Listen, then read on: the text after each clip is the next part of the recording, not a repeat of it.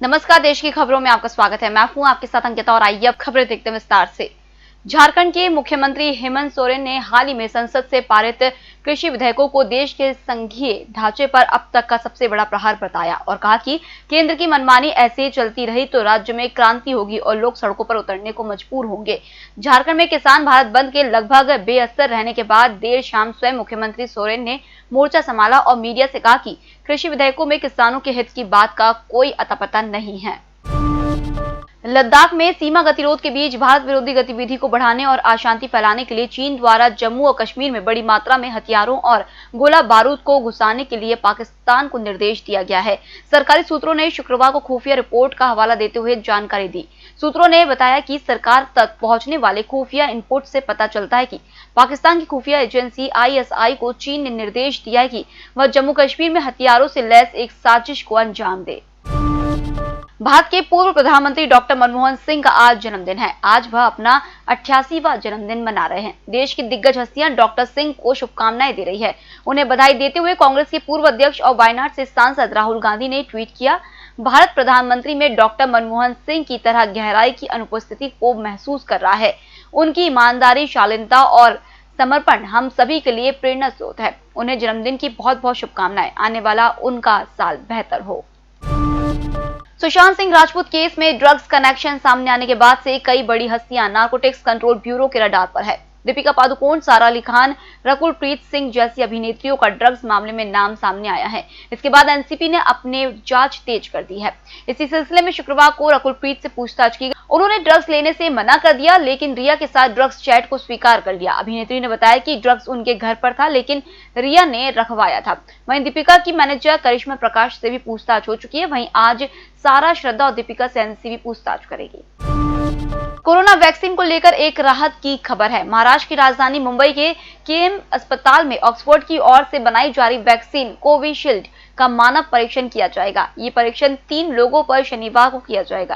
KEM सरकारी अस्पताल है और मुंबई का पहला अस्पताल है जहां किसी वैक्सीन का मानव परीक्षण किया जाएगा। केईएम अस्पताल के डी ने बताया कि वैक्सीन के लिए कुल 13 लोगों की स्क्रीनिंग की गई थी और इसमें से 3 लोगों को परीक्षण के लिए चुना गया है। होटल गौरीशी भोपाल शहर के बीचों बीच स्थित ठहरने की सर्व सुविधा युक्त जगह है। Room available in affordable prices और facilities free WiFi, AC, TV, parking, security, lift, full sanitised room, toiletry kit. Hotel Gaurishi, hall number 8, Chittor complex, MP Nagar, zone 1, Bhopal. Phone number 7898128620। ऑस्ट्रेलियाई नौसेना के साथ हिंद महासागर में संयुक्त अभ्यास के महज एक दिन के अंतराल पर भारतीय नौसेना एक और मेगा नौसैनिक अभ्यास में शिरकत करने जा रही है। शनिवार से भारतीय नौसेना उत्तरी अरब सागर में जापानी नौसेना के साथ 3 दिन के संयुक्त अभ्यास जीमैक्स की शुरुआत करेगी। अधिकारियों का कहना है कि इससे भारतीय नौसेना की अभियान क्षमताओं को मजबूती मिलेगी। दिल्ली दंगों व CEA और NCR के विरोध में हुए प्रदर्शनों में पाकिस्तान की खुफिया एजेंसी ISI की भूमिका सामने आई है।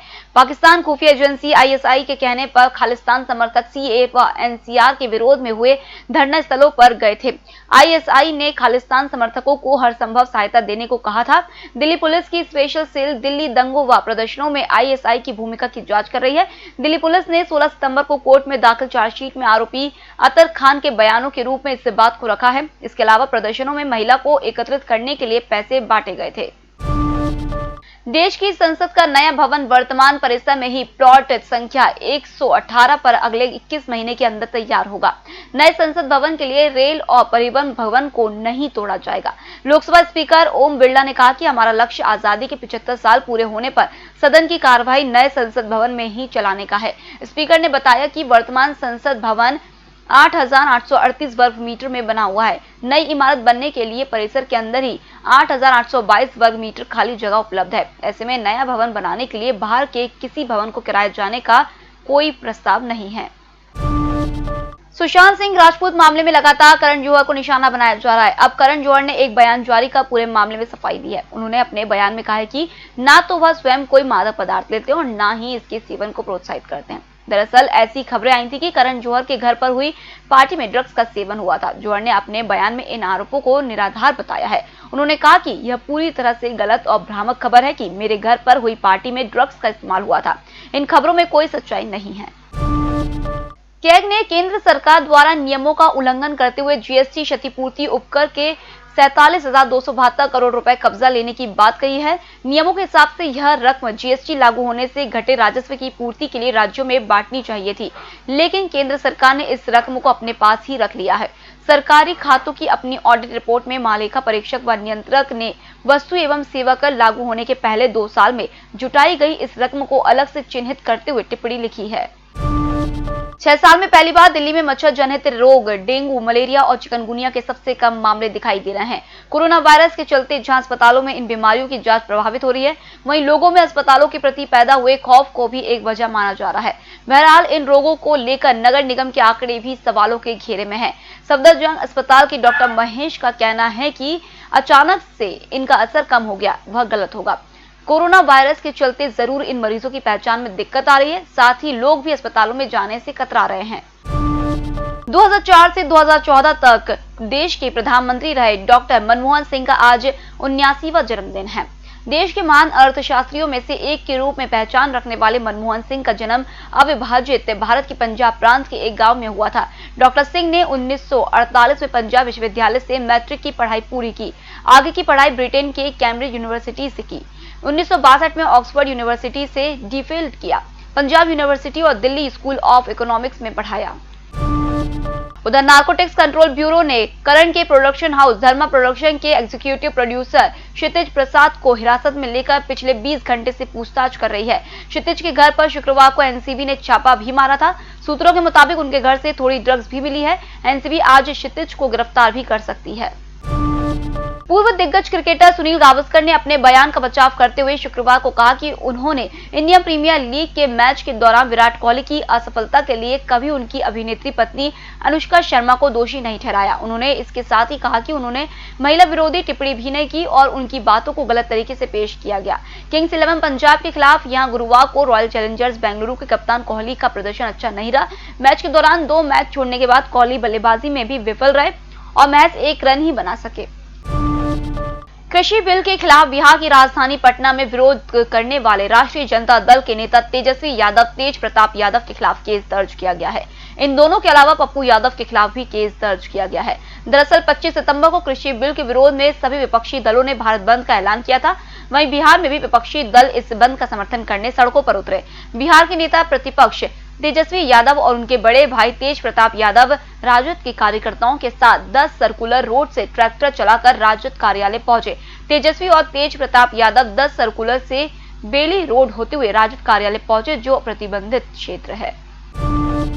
अयोध्या मुकदमे में विजयी हुए रामलला विराजमान के बाद अब मथुरा में भी श्री कृष्ण विराजमान ने भी अदालत का दरवाजा खटखटाया है। मथुरा की अदालत में एक सिविल मुकदमा दायर कर श्री कृष्ण विराजमान ने अपनी जन्मभूमि मुक्त कराने की गुहार लगाई है। इस याचिका के जरिए 13 एकड़ की कृष्ण जन्मभूमि का स्वामित्व मांगा है, जिस पर मुगल काल में कब्जा कर शाही ईदगाह बना दी गई थी। शाही ईदगाह मस्जिद को हटाने की मांग की गई है।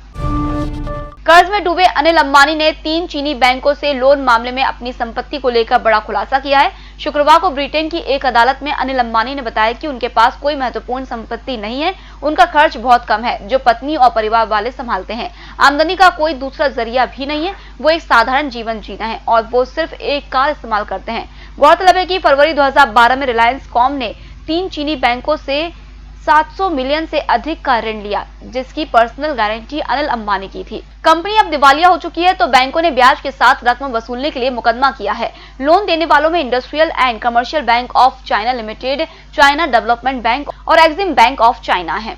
फिलहाल इस बुलेटिन में इतना ही। आप बने रहिए एमएसटीवी के साथ। नमस्कार। होटल गौरीश्री भोपाल शहर के बीचों बीच स्थित ठहरने की सर्व सुविधा युक्त जगह है। Room available in affordable prices और facilities free WiFi, AC, TV, parking, security, lift, full sanitised room, toiletry kit. Hotel Gaurishree, hall number 8, Chittor complex, MP Nagar, zone 1, Bhopal.